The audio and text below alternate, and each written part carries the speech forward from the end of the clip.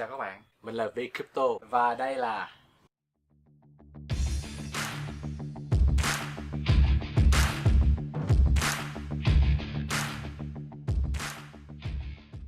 Nếu đây là video đầu tiên của các bạn thì ABC Crypto là kênh chứa nhiều nội dung về hướng dẫn về tiền mã hóa. Mình sẽ đăng video hướng dẫn vào mỗi thứ ba hàng tuần.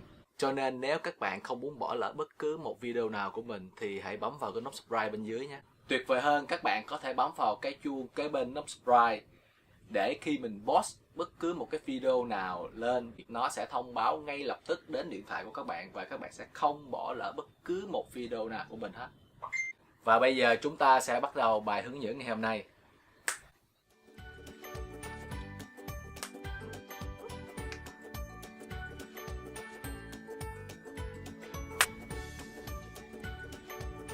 Trong bài này, tôi sẽ hướng dẫn các bạn vào đâu để bắt đầu tạo tài khoản Gmail, cung cấp những thông tin cơ bản và sử dụng Gmail cơ bản trên trình duyệt web.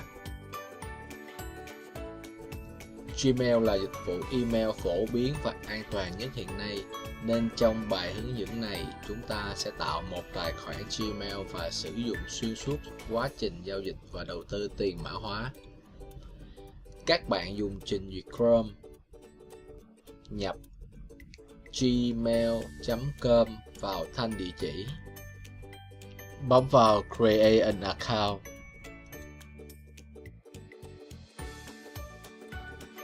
Các bạn nhập tên, đây mình sẽ nhập Crypto. Các bạn nhập họ, sau đó các bạn nhập địa chỉ email mình muốn tạo. Đây mình sẽ sửa lại thành Crypto Lover. Nhập mật khẩu lần nữa, nút Next.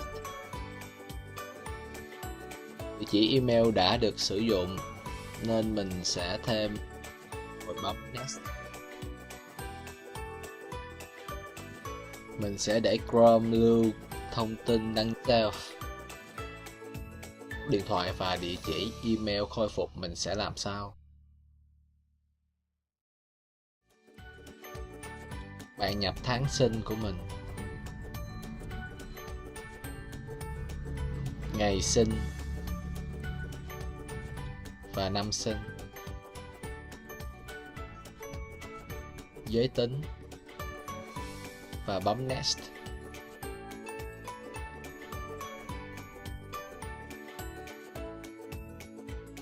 Các bạn cuộn xuống phần điều khoản và sự riêng tư.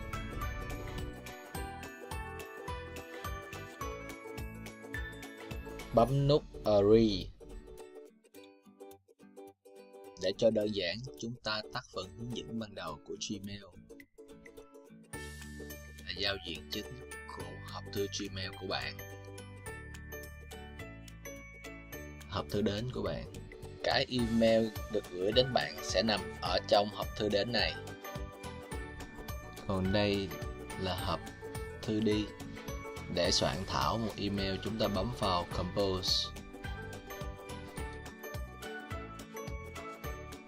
Ta nhập địa chỉ email của người nhận,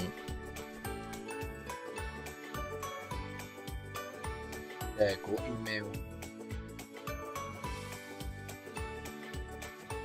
nội dung của email,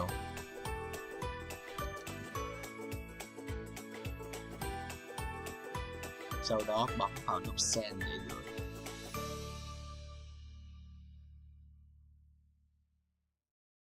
Báo đã được hiện ra báo rằng là email của bạn đã được gửi.